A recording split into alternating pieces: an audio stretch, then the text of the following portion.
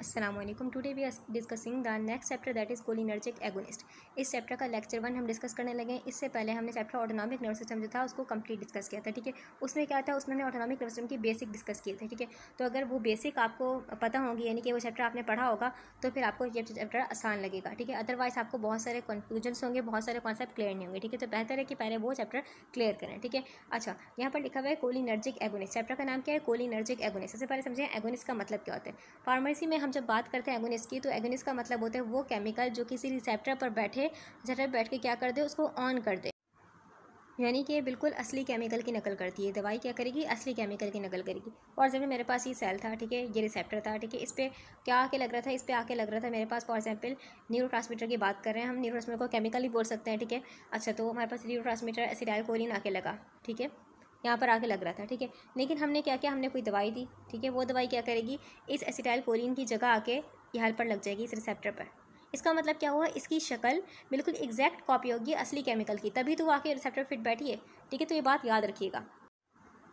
यानी कि जो असली एसिटाइलकोलिन था वो क्या था, हमारे पास असली चाबी थी। ठीक है, हमने जो नकली बेसिकली हमने जो केमिकल दिया, ड्रग दिया, ठीक है, तो वो डुप्लीकेट चाबी कहलाएगी, यानी कि उसी की तरह फ़ौरन से खोल देगी रस्सा, जैसे वो काम करती है सेम एग्जैक्ट वैसी काम करेगी। अब इस पूरी बात का मतलब क्लियर करें। देखिए क्या लिखा हुआ है, कोलिनर्जिक एगोनिस्ट, यानी कि देखें यहाँ पर लिखा हुआ है कोलिनर्जिक। तो कोलिनर्जिक मतलब क्या, यानी कि वो दवाइयाँ जो कि क्या करेंगी, जो कि कोलिनर्जिक रिसेप्टर पर जाके बैठेंगी। कोलिनर्जिक रिसेप्टर कौन से होते हैं? निकोटीनिक होते हैं, मस्करानिक होते हैं। ठीक है, यानी कि वो दवाइयाँ जो कि निकोटीनिक या मस्करानिक रिसेप्टर पर जाके बैठेंगी और उस रिसेप्टर को ऑन कर देंगी और असली केमिकल की तरह बिहेव करेंगी। ठीक है, असली केमिकल कौन होता है? पैरासिम्पैथेटिक सिस्टम की बात हो रही है ना। कोलिनर्जिक किसका हम बोलते हैं उसको? पैरासिम्पैथेटिक में। ठीक है, तो पैरासिम्पैथेटिक में असली केमिकल कौन होता है जो कि नर्व एंडिंग से निकल रहा होता है? वो होता है एसिटाइलकोलिन। ठीक है, तो असली केमिकल एसिटाइलकोलिन की तरह ये दवाइयाँ बिहेव करेंगी। ठीक है, तो इसीलिए कह रही हूँ कि पिछले लेक्चर हमें अगर नहीं आ रहा तो पिछले लेक्चर में देखना पड़ेगा। कहने का मतलब ये, जो पिछले चैप्टर था ऑटोनॉमिक नर्वस सिस्टम का, वो कंप्लीट हमें आना चाहिए, तभी हमें चैप्टर समझ में आएगा अच्छे तरीके से। ठीक है, अच्छा, तो यहाँ पर देखें लिखा हुआ है कोलिनर्जिक, यानी कि दो लफ्ज़ हैं, कोलिन और अर्जिक। ठीक है, दो लफ्ज़ है ना। ठीक है, तो हमारे पास जो पैरासिम्पैथेटिक सिस्टम में जो हमारे पास मेन केमिकल था वो क्या था? एसिटाइलकोलिन था। ठीक है, तो एसिटाइलकोलिन को देखें, एसिटाइलकोलिन, ठीक है, तो इसके लास्ट में क्या आ रहा है? कोलिन। ठीक है, तो वहाँ से ये लफ्ज़ निकाला गया कोलिन। ठीक है, और अर्जिक का मतलब क्या होता है? ये ग्रीक ज़बान का लफ्ज़ होता है, इसका मतलब होता है काम करना। अब जो पैरासिम्पैथेटिक सिस्टम का मेन केमिकल है एसिटाइलकोलिन। ठीक है, एसिटाइलकोलिन बेसिकली दो चीज़ों से मिलकर बन रहा है, एसिटाइलकोलिन। ठीक है, तो एसिटाइलकोलिन किससे मिलकर बन रहा है? एसिटाइल को एंजाइम ए से, एसिटाइल को एंजाइम ए से, और किससे? कोलिन से, यानी कि दो चीज़ों से मिलकर क्या बन रहा है? एसिटाइलकोलिन। अब ये बात क्लियर करें कि एसिटाइल कोएंजाइम ए और कोलिन ये कहाँ से रहे हैं। ठीक है, तो हमारे पास एसिटाइल कोएंजाइम ए जो है ये न्यूरॉन, यानी कि हमारे पास नर्व सेल के अंदर ये दो रास्तों से आता है। दो बेसिकली हम बोल सकते हैं ज़राए हैं। सबसे बड़ा जरिया है माइटोकॉन्ड्रिया। ठीक है, जब आप खाना खाते हो तो हमारे पास हमारे जो बॉडी के सेल्स हैं उन तक डायरेक्ट खाना नहीं जा रहा, बल्कि क्या जा रही है? ग्लूकोज जा रही है। ठीक है, तो बेसिकली जब खाना मिला, यानी कि जब बॉडी के सेल्स को क्या मिला? ग्लूकोज मिला। ठीक है, तो वो glucose at the end convert होता है पायरुवेट में। ठीक है, कहाँ कन्वर्ट होता है? साइटोप्लाज्म में ही कन्वर्ट होगा पायरुवेट में, और ये पायरुवेट जो होगा हमारे पास जाएगा माइटोकॉन्ड्रिया के पास, और यही माइटोकॉन्ड्रिया में एक एंजाइम होगा पायरुवेट डीहाइड्रोजिनेस। पायरुवेट डीहाइड्रोजिनेस, ये पायरुवेट डीहाइड्रोजिनेस की मदद से पायरुवेट किस में कन्वर्ट हो जाएगा? हमारे पास किस में कन्वर्ट हो जाएगा? एसिटाइल को एंजाइम ए में कन्वर्ट हो जाएगा। अच्छा, एक बात याद रखिए, जो हम सेल की बात करें, हम नर्व सेल की, न्यूरॉन की बात कर रहे हैं। ठीक है, ये याद रखनी है बात। अच्छा, हमारे पास जब ये एसिटाइल को एंजाइम ए बन गया, लेकिन एसिटाइल को एंजाइम जो है ये इस माइटोकॉन्ड्रिया की मेम्ब्रेन को क्रॉस नहीं कर सकता। ठीक है, यानी कि ये क्रॉस करके साइटोप्लाज्म में नहीं जा सकता। जब साइटोप्लाज्म में नहीं जाता, इसका मतलब क्या है? वो बेसिकली हमारे पास जहाँ एसिटाइल को एंजाइम ए ने बनना था, सॉरी एसिटाइल कोलिन ने बनना था, ठीक है, तो वो बन नहीं पाएगा, क्योंकि हमारे पास एसिटाइल को एंजाइम तो बन चुका है। ठीक है, अब कोलिन ने अटैच होना तभी तो बनेगा एसिटाइल कोलिन। ठीक है, तो इस मसले को कैसे हल करता है हमारे पास बॉडी हमारी, कि इस मेम्ब्रेन को क्रॉस नहीं कर पा रहा। कौन नहीं क्रॉस कर पा रहा? Acetyl co enzyme A. अब यहाँ जहन में एक सवाल आ सकता है हमारे पास कि जो एसिटाइल को एंजाइम ए है, ठीक है, वो क्रॉस नहीं कर पा रहा मेम्ब्रेन को, तो क्यों क्रॉस नहीं कर पा रहा, रीज़न क्या है? इसका रीज़न ये है कि एसिटाइल कोएंजाइम जो ए है वो साइज़ में बड़ा है, ठीक है, तो इसलिए मेम्ब्रेन को क्रॉस नहीं कर पा रहा है, फर्स्ट रीज़न। सेकंड रीज़न हमारे पास क्या रीज़न है कि वो जो है एसिटाइल कोएंजाइम है बेसिकली वो क्या करता है, पानी को पसंद करता है, वाटर यानी कि हाइड्रोफिलिक है, ठीक है, जबकि हमारे पास जो मेम्ब्रेन है माइटोकॉन्ड्रिया की लिपोफिलिक है, फैट को पसंद करती है, तो इसलिए अलाउ नहीं करती। एंड थर्ड चीज़ हमारे पास बहुत ही इंपॉर्टेंट कि माइटोकॉन्ड्रिया में अगर इस तरीके से होता है कि एसिटाइल कोएंजाइम है लीक होता रहता है माइटोकॉन्ड्रिया की दीवारों से, तो जो क्रैब साइकिल हो रही थी माइटोकॉन्ड्रिया में होती है, ठीक है, वो डिस्टर्ब होती है, ठीक है, तो हमारे पास इस सिस्टम को इसलिए क्या किया गया, इस तरीके से रखा गया। अब ये जो हमने सिट्रेट की बात की, तो सिट्रेट को बनाने के लिए माइटोकॉन्ड्रिया के पास दो चीज़ों का होना लाजमी है, ठीक है, कौन कौन चीज़, दो चीज़ें, एक तो जो पायरुवेट से टूटकर एसिटाइल कोएंजाइम बना है, कोएंजाइम ए बना है, ठीक है, उसका होना लाजमी है। सेकंड चीज़ क्या होना लाजमी है, ऑक्जेलो एसीटेट, जो कि माइटोकॉन्ड्रिया में पहले से ही मौजूद है। अब क्या होता है माइटोकॉन्ड्रिया के मैट्रिक्स, ठीक है, इस वाले हिस्से में क्या होता है, एक एंजाइम होता है सिट्रेट सिंथेसिस, सिट्रेट सिंथेसिस, ये क्या करता है, ये एंजाइम यहाँ प्रेजेंट है और इन दो चीज़ों को आपस में कंबाइन कर देगा। जब कंबाइन करेगा तो पहली चीज़ जो बनेगी वो क्या होगी, सिट्रेट होगी। इस माइटोकॉन्ड्रिया की दीवार में एक खास प्रोटीन होता है जिसका नाम क्या होता है, ट्राई कार्बोक्सिलेट ट्रांसपोर्ट प्रोटीन। और ट्राई कार्बोक्सिलेट ट्रांसपोर्ट प्रोटीन जो है ये सिर्फ किसको पहचानती है, ये स्पेसिफिकली पहचानती है सिट्रेट को, ठीक है, यानी कि सिट्रेट को पहचानती है। और सिट्रेट के साथ कौन मिल गया है, एसिटाइल कोएंजाइम ए मिल गया है। तो बेसिकली सिट्रेट का सहारा लेके वो इस ट्राई कार्बोक्सिलेट ट्रांसपोर्ट प्रोटीन के जरिए क्या हो जाएगा, माइटोकॉन्ड्रिया से बाहर कहाँ चला जाएगा, साइटोप्लाज्म में आ जाएगा। अब ये नेक्स्ट क्वेश्चन ये राइज होता है कि कोलिन जो हमारे पास है, ठीक है, साइटोप्लाज्म में इसका अमाउंट है वो कहाँ से आया है, ठीक है, तो बेसिकली हम जो फूड इंटेक करें वहाँ से हमें कोलिन मिल रहा है, ठीक है। अगर हम बात करें जैसे कि अंडा हो गया, अंडे में काफ़ी अमाउंट आपको मिल जाएगी कोलिन की, दूध हो गया, गोश्त हो गया हमारे पास, यानी कि एक रूल ऑफ थंब ये याद रखें कि जिस फूड में ज़्यादा प्रोटीन है, ठीक है, उस फूड में 90% ज़्यादा चांस है, 90% से भी ज़्यादा चांस है कि उसमें क्या हो, कोलिन हो, ठीक है। और कोलिन जो होता है अक्सर उन खानों में होता है जिनमें क्या होता है, हेल्दी फैट होते हैं, यानी कि हेल्दी फॉस्फोलिपिड्स होते हैं। अब ये जो कोलिन है हमारे लिए, हमारी बॉडी के लिए बहुत ही इंपॉर्टेंट है, क्यों, क्योंकि एक तो क्या बना रहा है, एसिटाइल कोएंजाइम एक साथ मिलकर क्या बना रहा है, एसिटाइल कोलिन बना रहा है। सेकंड चीज़ ये कोलिन क्या कर रहा है, ये कोलिन लिकोथीन और बनाता है स्फिंगोमाइलिन, ठीक है, ये दो चीज़ें बनाता है। और ये दो चीज़ें हमें याद रखना है, स्फिंगोमाइलिन और लिकोथीन, ठीक है, ये दो चीज़ें जो है हमारे पास न्यूरॉन की सेल मेम्ब्रेन और न्यूरॉन की जो इंसुलेशन होती है, ठीक है, कि हमारे पास सिग्नल जो है आसपास ना फैले, ठीक है, तो इंसुलेशन के लिए इंसुलेशन होती है यहाँ पर, ठीक है, तो इंसुलेशन के लिए इन दो चीज़ों का बहुत ही अहम रोल है, ठीक है। अब एक और इंपॉर्टेंट कॉन्सेप्ट देख लेते हैं, फिर हम बाकायदा इस चैप्टर का आगाज़ करेंगे, ठीक है। एक और चीज़ याद रखें, कोलिन जो है आपने खाने के जरिए इंटेक किया, तुम्हारे स्मॉल इंटेस्टाइन से ये कहाँ जज्ब होगी, खून में जज्ब होगी। जब एक बार ये खून में जज्ब हो गई तो खून के जरिए क्या होगी, ये ट्रैवल करेगी, ठीक है, पूरी बॉडी में ट्रैवल करेगी। लेकिन हमारे पास इसकी खास बात क्या है कि ब्रेन और स्पाइनल कॉर्ड में जो ब्लड ब्रेन बैरियर होते हैं, यानी कि हमारे पास जानते हैं ना कि स्पाइनल कॉर्ड और ब्रेन के बाहर बैरियर होता है, ठीक है, इस बैरियर को काफ़ी चीज़ें क्रॉस नहीं कर पाती, सिर्फ स्पेसिफिक चीज़ें ही क्रॉस कर पाती हैं। तो कोलिन उन खुशकिस्मत बेसिकल चीज़ों में से कि जो इस ब्लड ब्रेन बैरियर को क्रॉस कर लेती है। जब कोलिन ने इस ब्लड ब्रेन बैरियर को क्रॉस कर लिया तो इस ब्लड ब्रेन बैरियर के अंदर कौन सा फ्लूइड है, सेरिब्रोस्पाइनल फ्लूइड, ठीक है, तो उस फ्लूइड में कोलिन चला गया। अब क्या होगा हमारे पास, अभी हमारे पास ये नर्व सेल के अंदर नहीं गया, ठीक है, नर्व सेल के अंदर जाने के लिए क्या होता है, नर्व सेल के पास में CHT1 ट्रांसपोर्टर्स होते हैं, वो ट्रांसपोर्टर क्या करते हैं, इस कोलिन को सोडियम की हेल्प से अपने अंदर कर लेंगे, ठीक है। तो इतना बेसिकली ये रिव्यू था, ठीक है। अब जब बाकायदा हम चैप्टर पढ़ेंगे तो हर चीज़ आपको समझ में आएगी डिटेल में। पहला जुमला लिखा हुआ है हमारे पास कि drug affecting the autonomic nervous system are divided into 2 groups according to the type of neuron involve in their mechanism of action. अच्छा, इस बात का मतलब इस तरीके से समझें, देखिए हमारे पास ऑटोनॉमिक नर्वस सिस्टम जो है ना, इसको हम बेसिकली डिवाइड करते हैं दो उसमें पार्ट्स में। एक होता है हमारे पास सिंपैथेटिक और एक होता है पैरासिम्पैथेटिक। तो हम नर्वस सिस्टम पर असर करने वाली दवाइयों को भी दो ग्रुप में डिवाइड करते हैं, ठीक है। और ये डिवीज़न इस बुनियाद पर होती है कि ये दवाई अगर फॉर एग्जाम्पल नकल करी होगी सिंपैथेटिक की, ठीक है, और ये दवाई किसकी नकल करेगी, पैरासिम्पैथेटिक सिस्टम के मेन केमिकल की, ठीक है। सिंपैथेटिक का मेन केमिकल कौन सा था हमारे पास, नॉरएपिनेफ्रिन। पैरासिम्पैथेटिक का मेन केमिकल कौन सा, हमारे पास एसिटाइल कोलिन, ठीक है। तो आई थिंक ये बात क्लियर होगी। अच्छा, अब ये दवाई हमारे पास किसकी नकल करी है, सिंपैथेटिक सिस्टम के मेन केमिकल की, नॉरएपिनेफ्रिन की। अब ज़रूरी नहीं है कि रिसेप्टर पर बैठ के क्या करेगी, रिसेप्टर को ऑन करे। ये अगर रिसेप्टर को ऑन करी यानी कि सेम वही काम करी जो नॉरएपिनेफ्रिन कर रहे, तो हम इसको क्या कहेंगे, हम इसको कहेंगे, क्या कहेंगे, हम इसको एड्रीनर्जिक एगोनिस्ट कहेंगे, एड्रीनर्जिक एगोनिस्ट, ठीक है। अगर रिसेप्टर बैठ के रिसेप्टर को ब्लॉक करिए, ऑन नहीं करिए, बस जगह घेर ली इसने, तो क्या बोलेंगे, एड्रीनर्जिक एंटागोनिस्ट। एड्रीनर्जिक हम सिंपैथेटिक के बेसिकली नर्व्स को यानी कि बोलते हैं, ठीक है, एड्रीनर्जिक एंटागोनिस्ट। इस तरीके से अगर हमारे पास ये दवाई क्या करिए, पैरासिम्पैथेटिक सिस्टम के इनके जो रिसेप्टर था जहाँ पर इसके मेन केमिकल एसिटाइलकोलिन आना था, वहाँ पर जाके खुद लग गई, ठीक है, और जगह को बस घेर लिया, ब्लॉक ऑन नहीं किया, काम नहीं किया, तो हम इसको क्या बोलेंगे, हम बोलेंगे कोलिनर्जिक एंटागोनिस्ट। क्या बोलेंगे, कोलिनर्जिक एंटागोनिस्ट। लेकिन अगर इस दवाई ने क्या कर दिया, पैरासिम्पैथेटिक सिस्टम के जहाँ पर बैठना था मेन केमिकल एसिटाइलकोलिन ने, वहाँ जाके खुद बैठ गई और वही काम सेम जो एसिटाइलकोलिन कर रहा था खुद ने करना शुरू कर दिया, तो हम क्या बोलेंगे इसको, हम बोलेंगे कोलिनर्जिक एगोनिस्ट। क्या बोलेंगे, कोलिनर्जिक एगोनिस्ट। तो आई थिंक अब कोलिनर्जिक एगोनिस्ट का मतलब भी क्लियर होगा। तो हम इस चैप्टर में क्या पढ़ेंगे, कोलिनर्जिक एगोनिस्ट को पढ़ेंगे। अगली बात यहाँ पर लिखी हुई है क्या, कि the cholinergic drugs which are describe in this and the following the chapter act on the receptor that are activated by acetylcholine, whereas the adrenergic drugs act on receptor stimulated by norepinephrine or epinephrine।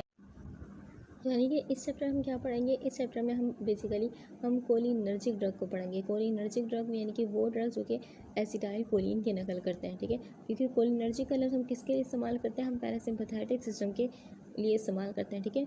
तो हम इस chapter में क्या पढ़ेंगे, वो drug जो कि acetylcholine की नकल करते हैं, ठीक है।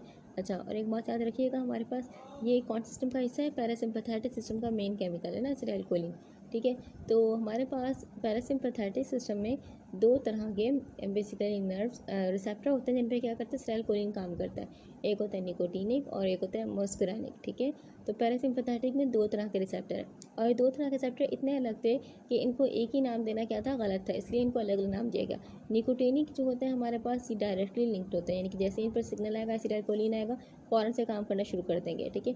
और ये होते कहाँ हैं, मसल्स पर होते हैं, इसीलिए आपका हाथ गर्म पे लगा चीज़ पे फ़ौरन से आपने हटा लिया, बिकॉज ऑफ दिस कि ये रिसेप्टर क्या है, डायरेक्टली लिंक होते हैं, ठीक है।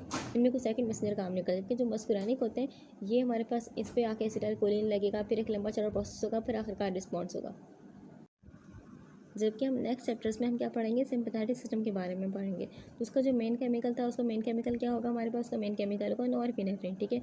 और सिंपैथेटिक सिस्टम भी दो रिसेप्टर पे काम करता है, ठीक है। यानी कि सिंपैथेटिक सिस्टम के भी दो रिसेप्टर होते हैं, एक होता है हमारे पास अल्फा, एक होता है बीटा, ठीक है। तो ये कुछ बातें थी जो कि इंपॉर्टेंट थी, जो कि याद रखना ज़रूरी है, ठीक है। अच्छा, देखिए हमारे पास नॉरएपिनेफ्रिन और एपिनेफ्रिन लिखा हुआ है। नॉरएपिनेफ्रिन तो मेन केमिकल होता है इनका, और एपिनेफ्रिन हमारे पास स्पाइनल कॉर्ड के एड्रिनल ग्लैंड से निकलता है, सिंपैथेटिक कंडीशन जब ऑन होती है, ठीक है। अच्छा, आगे आगे चलते हैं। लिखा हुआ है cholinergic and adrenergic drugs both act by either stimulating और blocking receptors of the autonomic nervous system. अब इसका मतलब क्या है, इसका मतलब ये देखें, जो हमारे पास हम जो दवाइयाँ बनाते हैं नर्वस सिस्टम पर असर करने वाली, हमारे पास दो ऑप्शन है कि हम क्या करें, या तो वो दवाई क्या करते हैं उस केमिकल की नकल करके वही काम करे जो वो केमिकल कर रहा था, ठीक है, या फिर वो क्या करे उस जगह को ब्लॉक कर दे, ठीक है। तो इस तरीके से ये सिंपैथेटिक का हो गया, ठीक है, और ये पैरासिम्पैथेटिक का है। ये दवाई क्या करे, पैरासिम्पैथेटिक के मेन केमिकल की नकल करे, उसको क्या करे, ब्लॉक कर दे, या उसके काम को क्या कर दे, ऑन कर दे, ठीक है। दो ही ऑप्शन होते हैं। अब अगली चीज़ लिखिए फिगर को अभी हम डिस्कस नहीं करेंगे, बल्कि चैप्टर के एंड में डिस्कस करेंगे, ताकि हमारी चीज़ें जो है रिवीजन में आ जाए सारी, ठीक है। तो आगे लिखा हुआ है कोलिनर्जिक न्यूरॉन, ठीक है। अब कोलिनर्जिक न्यूरॉन लिखा हुआ है तो हम समझ जाएँ कि कौन सिस्टम की बात हो रही है, इस सिस्टम की बात हो रही है पैरासिम्पैथेटिक की, और कौन से न्यूरॉन की बात हो रही है, उस न्यूरॉन की बात हो रही है जो कि क्या करता है, जो कि क्या रिलीज़ करेगा, एसिटाइलकोलिन को रिलीज़ करेगा।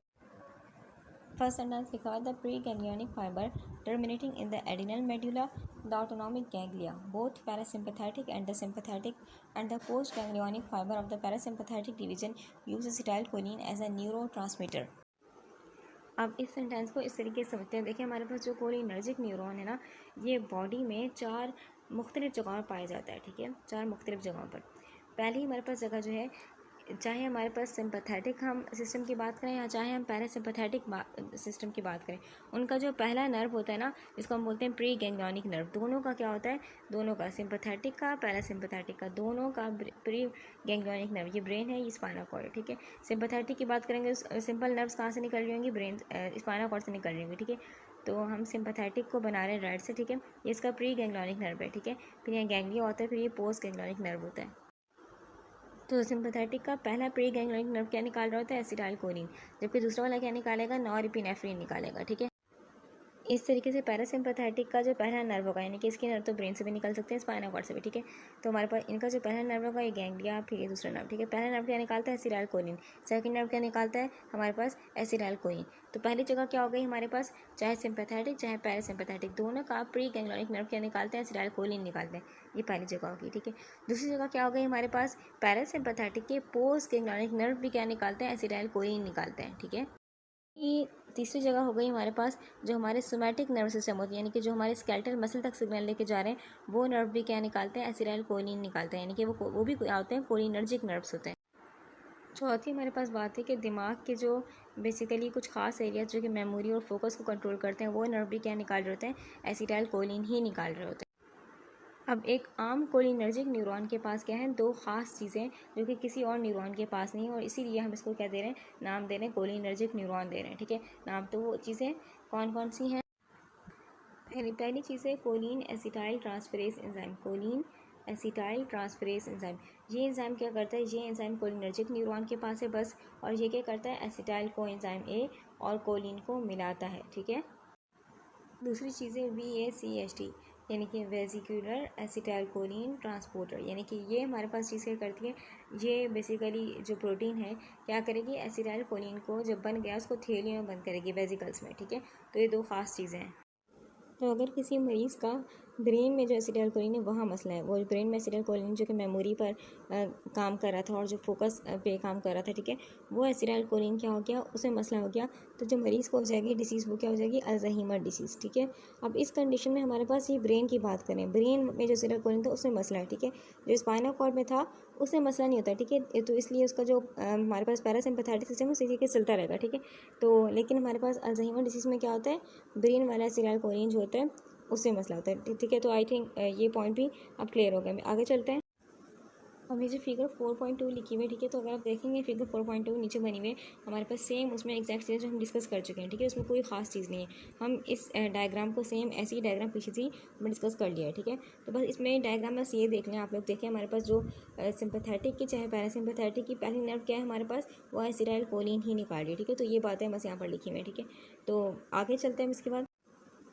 Also, the postganglionic sympathetic division of sweet glands use acetylcholine, यानी कि हमारे पास हम ये जानते हैं कि जो सिंपैथेटिक है, सिंपैथेटिक सिस्टम, उसकी मेन नर्व क्या निकालती है हमारे पास? नॉरएपिनेफ्रिन निकालती है, ठीक है।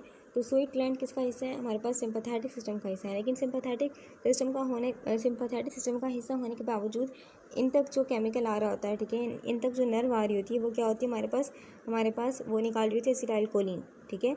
ये बहुत बड़ी एक्सेप्शन है कि है तो सिंपैथेटिक सिस्टम का हिस्सा, असूरन निकालना क्या चाहते हैं? नॉरएपिनेफ्रिन, लेकिन निकल के रहा है हमारे पास एसिटाइलकोलिन, ठीक है। तो इसीलिए हम स्वीट ग्लैंड यानी कि जो नर्व आ रही थी इस तक, इसको हम बोलते हैं सिंपैथेटिक कोलिनर्जिक। क्या बोलते हैं? Sympathetic cholinergic. ये पॉइंट भी इंपॉर्टेंट है कि हमारी बॉडी में स्वीट ग्लैंड सिर्फ एक तरह की नहीं होती, बल्कि दो तरह के होते हैं। एक होते हैं एक्राइन स्वीट ग्लैंड, जो कि कॉमन वन है, एक्राइन, ठीक है। ये पूरी बॉडी पर होते हैं और क्या करते हैं? टेम्परेचर कंट्रोल में हेल्प करते हैं, ठीक है। अगर बहुत गर्मी होगी तो क्या करेंगे? यानी कि बॉडी से पसीना निकालेंगे, ठीक है, जिससे क्या जगह टेम्परेचर कूल डाउन हो जाएगा, ठीक है। तो ये पूरी बॉडी में होते हैं। ये जो केमिकल यानी कि इन तक जो केमिकल नर्व एंडिंग से निकाल रहे होते हैं वो एसिटाइलकोलिन ही होता है, ठीक है। जबकि दूसरी तरह के हैं एपोक्राइन, ठीक है। एपोक्राइन हमारे पास जो स्वीट ग्लैंड है ये पूरी बॉडी पर नहीं होंगी, ये स्पेसिफिक जगह पर है, जैसे कि होते हैं हमारे पास आर्मपिट, बगल वाले एरिया में होते हैं, ठीक है। और ये क्या करते हैं? ये हमारे पास सिंपैथेटिक कंडीशन में ही एक्टिवेट होते हैं, और इन तक जो नर्व आ रही होती है, जो अपनी नर्व एंडिंग से केमिकल निकाल रही होती है, वो नर्व हमारे पास क्या होती है? एडिनर्जिक ही होती है, यानी कि वो नॉरएपिनेफ्रिन ही निकाल रही होगी, ठीक है। तो यहाँ एक्सेप्शन है। जहाँ एक इंपॉर्टेंट पॉइंट भी याद रखें कि एट्रोपिन, हमारे पास जो दवाई होती है एट्रोपिन, इसका साइड इफेक्ट होता है कि वो क्या करती है? एसिटाइलकोलिन को ब्लॉक करती है, ठीक है। तो हमारे पास नॉर्मली जो टेम्परेचर मेंटेन हो रहा है वो हमारे पास एसिटाइलकोलिन ही नर्व एंडिंग से निकल रहा है ना, ठीक है, जिसको हम बोल रहे हैं एक्राइन जो स्वीट ग्लैंड है, ठीक है। तो एट्रोपिन ने क्या कर दिया? एसिटाइलकोलिन को ब्लॉक कर दिया, ठीक है। तो बॉडी क्या होती है? एट्रोपिन के साइड इफेक्ट है कि एट्रोपिन यूज़ करने से बॉडी गर्म हो जाएगी, लेकिन पसीना नहीं निकाल पा रही होगी, ठीक है। यानी कि हाइपरथर्मिया तो हो गया, बॉडी गर्म है, लेकिन पसीना नहीं निकाल पा रही क्योंकि एसिटाइलकोलिन क्या है? ब्लॉक है, ठीक है। तो इसका बहुत ही इंपॉर्टेंट और बहुत ही अहम साइड इफेक्ट है। अगली बात लिखी हुई, in addition cholinergic neuron innervate the muscles of the somatic nervous system and also play an important role in the central nervous system. वही बात यहाँ पर लिखी हुई है, जो कोलिनर्जिक नर्व्स होती हैं वो क्या करती हैं, वो इनर्वेट करती हैं, यानी कि क्या करती हैं, यानी कि पैगाम पहुँचाती हैं हमारे पास। जो सिमेटिक नर्वस सिस्टम होता है उसका मेन केमिकल क्या होता है हमारे पास, यानी कि वो नर्व जो कि कहाँ जा रही है, मसल तक जा रही है, ठीक है। तो ये नर्व है और ये मसल है, ठीक है, मसल सेल। यहाँ पर इसका जो मेन केमिकल है, यानी कि जो रिलीज़ करेगी, ये क्या रिलीज़ करेगी, एसिटाइल कोलिन रिलीज़ करेगी। यानी कि सोमैटिक नर्व सिस्टम वो सिस्टम जो कि हमारे इख्तियार में, हमारे हाथ हिलाना, पैर हिलाना, ठीक है, क्योंकि हमारे पास ये सिग्नल कहाँ तक पहुँचा रही है, मसल तक, तो मसल को हिलाना हमारे इख्तियार में है, ठीक है। तो इनका जो मेन केमिकल है एसिटाइल कोलिन ही है, ठीक है, एसिटाइल कोलिन ही। और इस जगह को क्या कहते हैं, इस जगह को कहते हैं न्यूरोमस्कुलर जंक्शन। क्या कहते हैं, न्यूरोमस्कुलर जंक्शन, ठीक है। तो एक और बात याद रखनी है कि एसिटाइल कोलिन हमारे पास, अगर दिमाग में जो एसिटाइल कोलिन था उसमें मसला है तो कौन सी डिसीज़ होगी, अल्जाइमर डिसीज़। लेकिन अगर हमारे पास जो एसिटाइल कोलिन यहाँ पर जो मसल सेल तक आ रहा है उसमें मसला है, ठीक है, वहाँ मसला हो गया, तो बेसिकली कौन सी होगी, माइसीनिया ग्रेविस, के आपके जो मसल्स आए बहुत जल्दी थक जाएंगे क्योंकि एसिटाइल कोलिन हमारे पास वहाँ पर मसला है, ठीक है। यानी कि वो पेशेंट जिनको क्या है, अल्जाइमर डिसीज़ है, तो उनके दिमाग में जो एसिटाइल कोलिन होता है, ठीक है, यानी कि वो जो नर्व होता है, कोलिनर्जिक नर्व होता है, वो क्या होता है, सिग्निफिकेंट लॉस, यानी कि उनका ख़ात्मा होना शुरू हो जाता है। जब वो उनका ख़ात्मा होना शुरू होता है तो हमारे पास जो एसिटाइल कोलिन है उसकी बहुत बड़ी अमाउंट क्या रहती है, कम, यानी कि एसिटाइल कोलिन क्या हो रहा है, कम हो रहा है। और हमारे पास जो टेम्पोरल लोब है, ठीक है, यहाँ पर क्या होता है, हमारे पास दिमाग में टेम्पोरल लोब है ना, तो टेम्पोरल लोब जो कान के करीब वाला हिस्सा होता है, ठीक है। तो यहाँ पर कोलिनर्जिक नर्व्स होते हैं, ये क्या करते हैं, कंट्रोल करते हैं, मेमोरी को कंट्रोल करते हैं हमारे पास, और लैंग्वेज को कंट्रोल करते हैं, लैंग्वेज, ठीक है। दिमाग में एक और चीज़ होती है एंटोरहिनल। एंटोरहिनल जो कॉर्टेक्स है, ये वो हिस्सा है दिमाग में जो कि क्या करता है, मेमोरी को स्टोर करता है। तो जब यहाँ पर और यहाँ पर हमारे पास यहाँ पर और टेम्पोरल लोब पे जो कोलिनर्जिक नर्व थे वो ख़त्म होने शुरू हो गए, तो क्या हो जाएगा, हमारे पास मेमोरी लॉस होना शुरू हो जाएगी, ठीक है, मरीज़ को चीज़ें याद नहीं रहेंगी।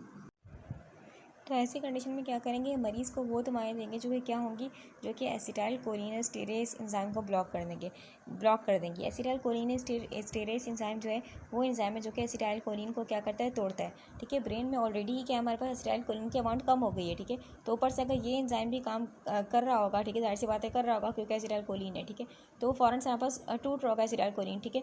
तो हम ऐसी दवाई देंगे जो कि ब्रेन में जो एसिटाइल कोलिनेस्टेरेज एंजाइम है उसको ब्लॉक कर देगा, तो इससे क्या हो जाएगा, एसिटाइल कोलिन थोड़ा लंबे टाइम के लिए क्या होगी, ब्रेन में रहेगी। तो बेसिकली ये क्वालिटी ऑफ लाइफ को क्या कर रहा है, बेहतर करती हैं दवाइयाँ। अब इसमें दवाएं जो पढ़ेंगे आप आगे जाके, अब चैप्टर में पढ़ेंगे हम डोनिपेजल, रिवास्टिकमीन, गैलेंटामीन, ठीक है, ये सारी दवाइयाँ क्या करती हैं, इस एंजाइम को ब्लॉक करती हैं। ये बात याद रखिएगा हमारे पास, ये हम इस दवाई को ठीक नहीं कर रहे क्योंकि जो मरे हुए न्यूरॉन थे उनको दोबारा जिंदा नहीं कर रहे, हम बस एंजाइम को ब्लॉक कर रहे हैं, ठीक है। तो इससे बस पेशेंट की क्वालिटी ऑफ लाइफ बेहतर हो रही है, इसको क्यूर हम नहीं कह सकते कि प्रॉपर इलाज हो रहा है कि जो चीज़ खत्म हो गई इसको सही करने की कोशिश कर रहे हैं हम।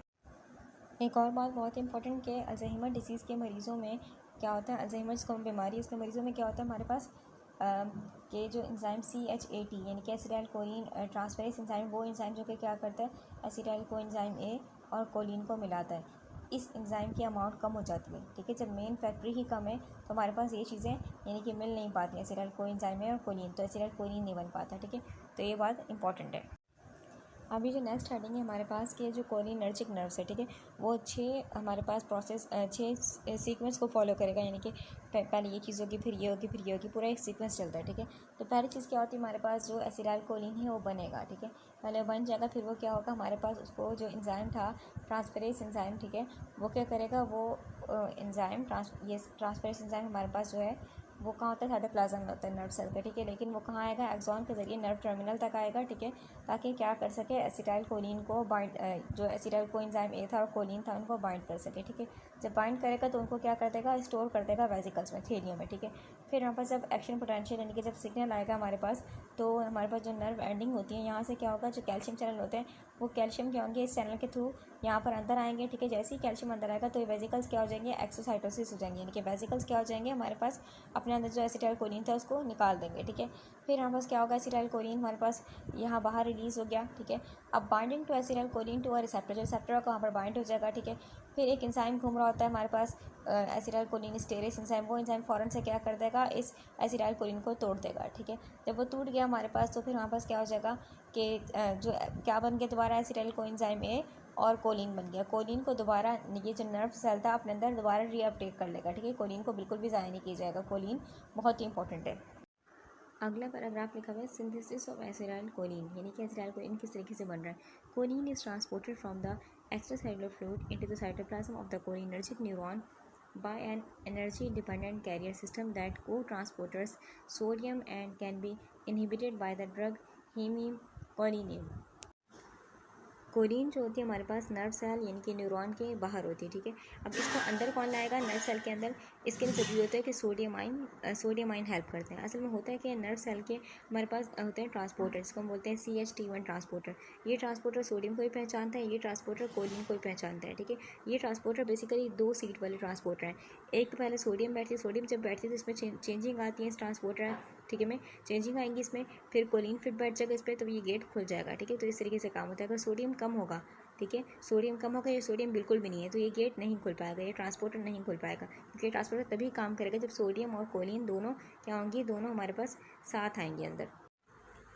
और इसी बात को हम कहते हैं को ट्रांसपोर्टर, यानी कि ये को मतलब क्या, यानी कि कोलिन जो था सोडियम के साथ आया, ठीक है, यानी कि एक गेट से दोनों ही दाखिल हुए। तो अगर आपका दिमाग या फिर आपके ये वाले जो कोलिनर्जिक न्यूरॉन है ये बहुत तेज़ी से काम करें तो क्या होगा, हमारे पास ये जो सोडियम का अंदर आना था, सोडियम और कोलिन का, ये भी क्या हो जाएगा, तेज़ी से होगा, क्योंकि हमारे पास एट द एंड ये सिर्फ कोलिन बना के निकाल रहा है, ठीक है, अपने एंडिंग से, ठीक है। तो उनका भी क्या हो जाएगा, फास्ट हम बोल सकते हैं इनटेक हो जाएगा। यहाँ जो ड्रग लिखा हुआ है हेमिकोलिनियम, ठीक है, ये ड्रग क्या करती है, इस CHT1 ट्रांसपोर्टर को ब्लॉक कर देती है। जब ये ट्रांसपोर्टर ब्लॉक हो गया तो सोडियम और कोलिन अंदर नहीं आ पाएंगे। जब सोडियम और कोलिन अंदर नहीं आ पाएंगे तो एसिटाइल कोलिन बन नहीं पाएगा। जब एसिटाइल कोलिन बनेगा नहीं तो निकलेगा कैसे। ये जो बात की कि CHT1 ट्रांसपोर्टर होता है, CHT1 ट्रांसपोर्टर का मतलब क्या हुआ, देखिए हाई एफिनिटी कोलिन ट्रांसपोर्ट, यानी कि हमारे पास ये जो ट्रांसपोर्टर्स हैं ये बहुत ज़्यादा लगाव रखते हैं कोलिन से, ठीक है। अगर कोलिन की अमाउंट कम भी होगी तो भी उसको पकड़ के यहाँ पर ला रहे होंगे, ठीक है। तो बेसिकली सोडियम तो सेल के बाहर ज़्यादा अमाउंट में होता ही होता है, ठीक है। तो ये दोनों मिलकर क्या जाएंगे, सेल के अंदर जाएंगे, ठीक है। अच्छा, अब ये बात याद रखें, हमारे पास नर्व सेल के अंदर एसिटाइल कोलिन का बनना ये इस बात पर डिपेंड करता है कि ये जो ट्रांसपोर्टर था CH1 ट्रांसपोर्टर, यहाँ से कितना कोलिन और सोडियम अंदर गया है, ठीक है, इस बात पर डिपेंड करता है। अगली बात यहाँ पर लिखी हुई, choline has a quaternary nitrogen and carries a permanent positive charge and thus can not diffuse through the membrane. पहले समझते हैं क्वाटरनरी नाइट्रोजन को। केमिस्ट्री में जो नाइट्रोजन होते हैं आमतौर से तीन बॉन्ड बनाता है, लेकिन यहाँ पर कोलिन ने क्या किया हुआ है, कोलिन ने नाइट्रोजन के 4 बॉन्ड बनाए हुए हैं, ठीक है, 4। देखिए होता क्या है, नाइट्रोजन का जो एटॉमिक नंबर है 7 है, ठीक है, 7। पहले शेल में कितने होंगे, 2 इलेक्ट्रॉन होंगे, बाद में कितने होंगे, 5 होंगे, ठीक है। लेकिन केमिस्ट्री का रूल क्या है कि हमारे पास जो यानी कि 2 के बाद कितने होने चाहिए, 8 होने चाहिए, ठीक है। लेकिन यहाँ पर कितने हैं, 1 2 3 4 5 होते हैं, 5 + 2 7 हो गए, ठीक है। तो 5 है, इसको क्या चाहिए, इसको मज़ीद 3 चाहिए ताकि क्या कर सके, खुद को 8 कर ले और स्टेबल हो जाए, ठीक है। लेकिन अब किस तरीके से करेगा, ये इस तरीके से नहीं करेगा कि किसी के इलेक्ट्रॉन छीन ले, बल्कि क्या कर लेगा, शेयरिंग कर लेगा। फॉर एग्जाम्पल हमारे पास इसके पास ही क्या था, इसके सामने आ गया हाइड्रोजन, ठीक है। तो ये क्या करेगा, 3 हाइड्रोजन से, यानी कि ये शेयरिंग कर लेगा। ये इसके हाइड्रोजन के बेसिकली जो हमारे पास इलेक्ट्रॉन था उसको लेगा नहीं उससे, बल्कि शेयरिंग, ठीक है। इस तरीके से इसका भी हाइड्रोजन का एक इलेक्ट्रॉन शेयरिंग, ठीक है। तो अब कितने होगा, यानी कि 3 इसके जो लास्ट शेल के इलेक्ट्रॉन थे उन्होंने शेयरिंग कर ली, बच कितने गए, 2 बच गए, ठीक है, जिन्होंने कोई शेयरिंग नहीं की, ठीक है। तो अब देखें मजीद हमारे पास देखें 8 भी हो चुके हैं, ठीक है, लेकिन 3 ने शेयरिंग की हुई, 2 ने शेयरिंग नहीं की हुई। जिन्होंने शेयरिंग नहीं की हुई उसको हम क्या बोलते हैं, लोन पेयर। लोन मतलब अकेला और पेयर मतलब जोड़ा। लेकिन कोलिन के केस में क्या होता है, 2 जो बचे हैं हमारे पास इलेक्ट्रॉन, इनको भी क्या कर ले, इन दोनों को किसी कार्बन को शेयर कर देगा, ठीक है, शेयरिंग हो जाएगी, ठीक है। तो अब देखें हमारे पास सारे क्या हो चुके हैं, शेयरिंग हो चुकी है। तो इस तरीके से जो अंदर का बेसिकली यानी कि जो चार्ज नेगेटिव होना चाहिए था, अब ये चार्ज क्या हो गया, पॉजिटिव हो गया। यहाँ तक सब सही था कि हमारे पास देखें कोलिन का जो नाइट्रोजन था वो हमारे पास शेयरिंग कर रहा था, ठीक है, यानी कि एक अपना दे रहा है तो दूसरा ले भी रहा है, ठीक है, अपना दे रहा है तो दूसरा ले भी रहा है, ठीक है। तो इसी की शेयरिंग हो रही थी। लेकिन जो चौथा बॉन्ड बनता है, ठीक है, जो कार्बन इसके पास आता है वो खाली हाथ होता है, ठीक है, उसके पास अपना कुछ नहीं होता। ये जब अपना देगा इसको यानी कि शेयरिंग करेगा तो इसका जो नेगेटिव इफेक्ट है वो क्या हो जाएगा, कम हो जाएगा, ठीक है। ये किस इफेक्ट की तरफ चला जाएगा, पॉजिटिव इफेक्ट, यानी कि अब इस पर क्या आ गया, पॉजिटिव चार्ज आ गया। अच्छा, पहले एक और चीज़ हम देख लेते हैं। देखिए, जो CH1 ट्रांसपोर्टर की बात की थी ना, वो क्या होते हैं, वो ATP को यूज़ करते हैं। देखिए, हमारे पास अगर ऐसा ही होता रहेगा कि हमारे पास सोडियम और कोलिन दोनों अंदर आते रहेंगे, ठीक है, तो एक वक्त आएगा नर्व सेल के अंदर सोडियम का अमाउंट ज़्यादा हो जाएगा या बराबर हो जाएगा। जब बराबर हो गया या ज़्यादा हो गया तो ये ट्रांसपोर्टर काम करना बंद कर देगा, क्योंकि सोडियम की अमाउंट ज़्यादा, तभी तो सोडियम को बेसिकली ख्वाहिश है कि वो फ़ौरन से नर्व सेल के अंदर जाए, ठीक है, तो बंद हो जाएगा इस तरीके से। तो इस हमारे पास क्या होता है, जैसे ही सोडियम लेके गया कोलिन को अंदर, तो हमारे पास ये ट्रांसपोर्टर क्या करते हैं, ATP को यूज़ करके, यानी कि ATP को यूज़ करते हैं, एनर्जी खर्च होगी और सोडियम को बाहर फ़ौरन फेंक देंगे, ठीक है, सोडियम दोबारा बाहर आ जाएगा।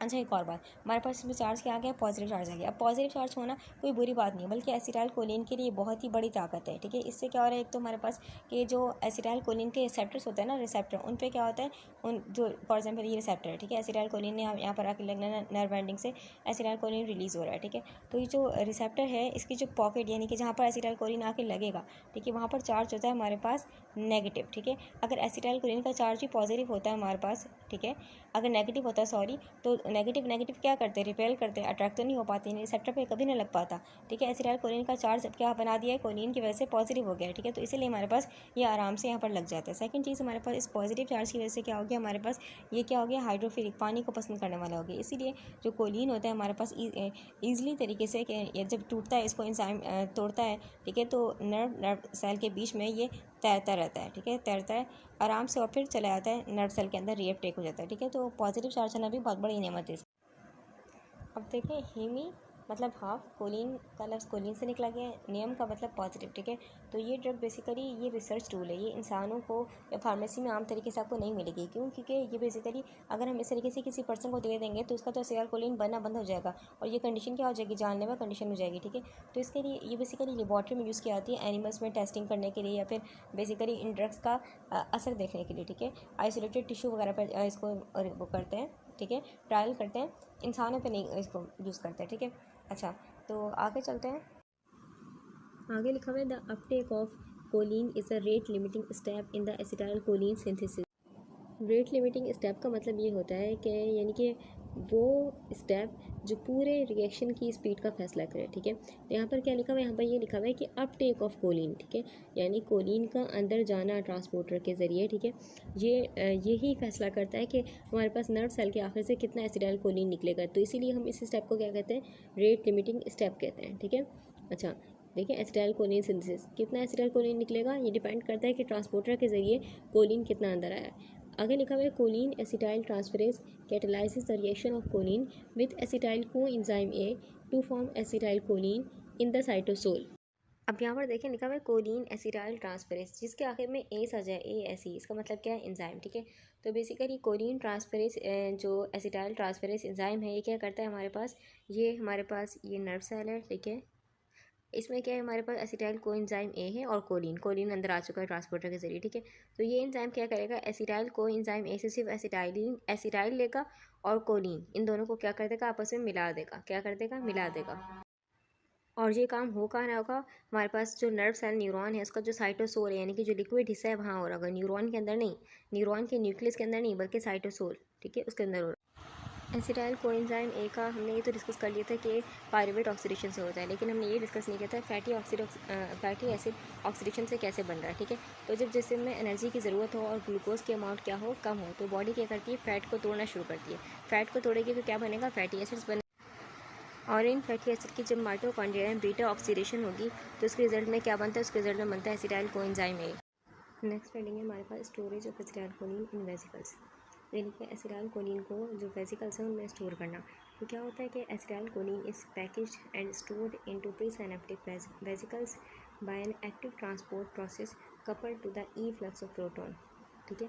यानी कि ये नर्व सेल है, ये इसकी एंडिंग है, ठीक है। इसके एंडिंग में क्या होता है, वेसिकल्स होते हैं, थैले होते हैं, उनमें क्या होता है, एसिटाइल कोलिन को स्टोर किया जाता है। क्यों? ताकि उनको एंजाइम आके डिस्ट्रॉय ना कर सके, ठीक है। और एक वेसिकल में तकरीबन 50,000 तक हमारे पास एसिटाइल कोलिन हो सकते हैं। और ऐसा नहीं होता कि हमारे पास वेसिकल जो है बिल्कुल खाली होगा, इनमें केमिकल स्टोर ही नहीं है, हमेशा बैकअप पे हमेशा केमिकल स्टोर होता है, ठीक है। तो इसीलिए हमारे पास यानी कि 24 घंटे हमारे पास केमिकल बन रहा होता है, तो बेसिकली इसमें स्टोर हो रहा होता है।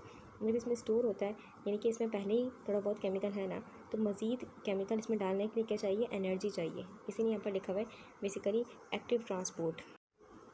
फिर यहाँ लिखा हुआ है कपल्ड। कपल्ड का मतलब जुड़ा हुआ, इफ्लक्स का मतलब बाहर निकालना। अब एक और इम्पोर्टेंट बात याद करें कि फॉर एग्जाम्पल ये वेजिकल है, ठीक है। तो एक वेजिकल के ऊपर दो मेन गेट हैं, ठीक है, यानी कि ट्रांसपोर्टर है। एक गेट का नाम क्या है, वेजिकुलर एसिटाइल कोलिन ट्रांसपोर्टर, और दूसरे का नाम है VATPase पंप। अब ये वाला जो पंप है ये ज़बरदस्ती क्या कराता है, साइटोप्लाज्म से यानी कि आसपास के एरिया से जो हमारे पास प्रोटॉन है उनको ज़बरदस्ती वेजिकल में डाल रहा होगा, ठीक है। तो एक वक्त आएगा वेजिकल में क्या हो जाएगा, प्रोटॉन का अमाउंट ज़्यादा हो जाएगा, यानी कि एसिडिक हो जाएगा, ठीक है। तो वेजिकल्स को, तो फिर हमारे पास ये पंप है, ठीक है, ये वेजिकुलर एसिटाइल कोलिन ट्रांसपोर्टर, ये पंप एक प्रोटॉन को लालच देगा कि तुम्हें बाहर निकाला जाएगा। बदले में क्या करेगा ये पंप फ़ौरन से एसिटाइल कोलिन को एक एसिटाइल कोलिन के मॉलिक्यूल को अंदर ले आएगा, ठीक है। इस तरीके से एक प्रोटॉन बाहर निकलेगा, बदले में एक एसिटाइल कोलिन अंदर आ जाएगा। तो इस तरीके से काम हो रहा होता है। ऐसी ट्रांसपोर्ट को हम एंटीपोर्टर या काउंटर ट्रांसपोर्ट भी कहते हैं, क्योंकि एक चीज़ आ रही है बदले में दूसरी चीज़ बाहर जा रही है। हम यहाँ एक और बात याद रखें कि वेसिकल में दो ट्रांसपोर्टर हैं, ठीक है, लेकिन इनमें से जो VATPase वाला ट्रांसपोर्टर है ना, ये यूज़ कर रहा है ATP को, क्योंकि ATP को यूज़ इसलिए कर रहा है क्योंकि ये बेसिकली प्रोटॉन की मर्ज़ी के ख़िलाफ़ काम कर रहा है। प्रोटॉन जो थे उनको हायर कंसनट्रेशन की तरफ लेके जा रहा है। ये हायर कंसनट्रेशन वेसिकल में ऑलरेडी प्रोटॉन थे, दोबारा भरे जा रहा है, ठीक है, यानी कि इनको इनकी मर्ज़ी के खिलाफ लेके जा रहा है, तो इसलिए यहाँ पर ATP को खर्च करते हैं। जबकि हमारे पास ये जब दूसरा था वेसिकुलर एसिटाइल कोलिन ट्रांसपोर्टर, ये जो इस VATPase पंप ने प्रोटॉन का प्रेशर अंदर बिल्डअप किया ना, उसी प्रेशर को यूज़ करता है, ठीक है। तो ये ATP को खर्च नहीं करता, इसलिए हमको बोलते हैं सेकेंडरी एक्टिव ट्रांसपोर्ट, जबकि इस वाले को बोलते हैं हम प्राइमरी एक्टिव ट्रांसपोर्ट, ठीक है। पहले ये क्लियर करते हैं कि वेसिकल में बेसिकली वेसिकल बन कैसे रहा है। तो हमारे पास ये नर्व सेल है, ठीक है, ये नर्व सेल की सेल बॉडी है। नर्व सेल की सेल बॉडी 100 में क्या होता है, एंडोप्लाज्मिक रेटिकुलम होता है, ठीक है। एंडोप्लाज्मिक रेटिकुलम में पहले वो प्रोटीन्स बनेगी, वो प्रोटीन जो कि एक वेजिकल का हिस्सा होती है। कौन कौन सी प्रोटीन, VATPase बनेगी, और क्या बनेगा, वेजिकुलर एसिटाइल कोलिन ट्रांसपोर्टर, यानी कि दो जो ट्रांसपोर्टर थे मेन, ठीक है, ये बनेंगे एंडोप्लाज्मिक रेटिकुलम में, रफ एंडोप्लाज्मिक रेटिकुलम। अब ये दो प्रोटीन या ट्रांसपोर्टर, क्योंकि हमारे पास जो बेसिकली रिसेप्टर या ट्रांसपोर्टर होते हैं प्रोटीन के बने होते हैं ना, अब ये दो प्रोटीन या ट्रांसपोर्टर कहाँ जाएंगे, गोल्जी एपरेटस के पास जाएंगे। गोल्जी एपरेटस क्या करेगा, गोल्जी एपरेटस हमारे पास बेसिकली एक स्मॉल सा, यानी कि बोल सकते हैं थैली को अलग करेगा, ठीक है, थैली को अलग करेगा, और हमारे पास ये ट्रांसपोर्टर भी उनमें लगा देगा, ठीक है। अब ये हमारे पास इमैच्योर वेसिकल कहलाएंगे, क्योंकि इनमें कोई एसिटाइल कोलिन भरा हुआ नहीं है, अभी भी ये बने हैं।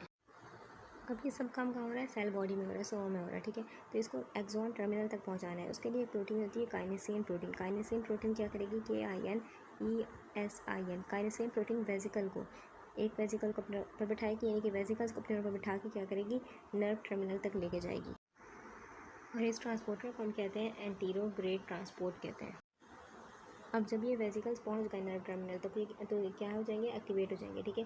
यानी कि बहुत सारे वेसिकल थे, नर्व टर्मिनल तक पहुंच गए, एक्टिवेट हो जाएंगे, यानी कि एक हमारे पास जो ट्रांसपोर्टर था वो प्रोटीन को अंदर डाल रहा होगा, दूसरा ट्रांसपोर्टर क्या कर रहा होगा, एसिटाइल कोलिन को अंदर डाल रहा होगा। जब एक थैली हमारे पास प्रॉपर तरीके से भर गई, यानी कि इसमें मज़ीद गुंजाइश नहीं है, तो इस थैली को बिल्कुल नर्व टर्मिनल के आखिर तक ले जाया जाएगा, ठीक है, यानी कि बिल्कुल रेडी टू यूज़ है। अब ये क्या कहलाएगी, मेच्योर कहलाएगी, ठीक है। इस तरीके से जब ये प्रॉपर तरीके से फुल हो गई तो इसको बिल्कुल आखिर तक खड़ा कर दिया जाएगा, ठीक है, यानी कि रेडी टू यूज़ कर दिया जाएगा। ये भी क्या हो जाएगी, मेच्योर, ठीक है। इस तरीके से जब ये फुल हो गए प्रॉपर तरीके से, इसको भी क्या कर दिया जाएगा, नर्व टर्मिनल के बिल्कुल आखिर में इसको खड़ा कर दिया जाएगा, ठीक है।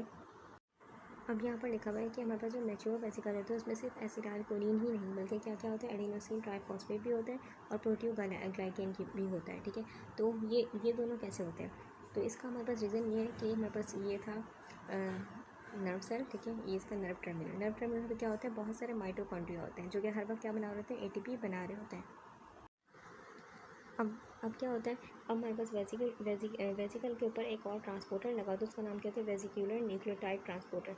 ये ट्रांसपोर्टर क्या कर रहा होता है, जो बाहर ATP पड़ी हुई बहुत सारी, उस ATP को अंदर फेंक रहा होता है। अब ये जो ट्रांसपोर्टर है ये भी उसी प्रेशर का फ़ायदा उठाता है जो प्रेशर पहले से VATPase ने बनाया था, यानी कि प्रोटॉन को बहुत सारे अंदर जो प्रोटॉन थे उनका जो प्रेशर था उसी प्रेशर को ये पंप यूज़ करता है, ठीक है। जैसे प्रोटॉन का चार्ज कौन सा, पॉजिटिव, और ATP का चार्ज क्या है, नेगेटिव, यानी कि ये क्या करेगा, इस प्रेशर का फ़ायदा उठाते हुए ATP को क्या करेगा, अंदर ATP अंदर गया, पॉजिटिव अंदर गया, सॉरी ATP अंदर नेगेटिव गया, ठीक है, और पॉजिटिव क्या हो रहा है, बाहर निकल गया। तो एक तरीके से इलेक्ट्रिकल बैलेंस बन जाता है कि नेगेटिव अंदर आ रहा है और जो पॉजिटिव है यानी कि प्रोटॉन बाहर निकल रहा है। अब ये जो प्रोटीओग्लाइकेन है ये किससे मिलके बनता है, प्रोटीन और कार्बोहाइड्रेट से मिलके बनता है, ठीक है। इसकी जो बनने की शुरुआत होती है वो होती है हमारे पास रफ एंडोप्लाज्मिक रेटिकुलम से, लेकिन इसका बनना कंप्लीट होता है गोल्जी अपरेटस में। जैसे ही गोल्जी अपरेटस जो होता है हमारे पास, वो क्या करेगा, बडिंग के ज़रिए वेसिकल्स को अलग करता है। तो पहले से ही यानी कि उसमें स्टार्टिंग से ये जो प्रोटीयोग्लाइकेन है ये भर देता है, ठीक है। अब जैसे ही हमारे पास ये वेसिकल्स में एसिटाइल कोलिन आना शुरू होता है, जब ये मैच्योर होता है, तो ये प्रोटीयोग्लाइकेन क्या करता है, उन एसिटाइल कोलिन को पकड़ के रखता है, यानी कि स्टेबल करने में हेल्प करता है। Note, ATP has been suggested to be a co-transmitter acting at pre-junctional cholinergic receptor to inhibit the release of acetylcholine or norepinephrine.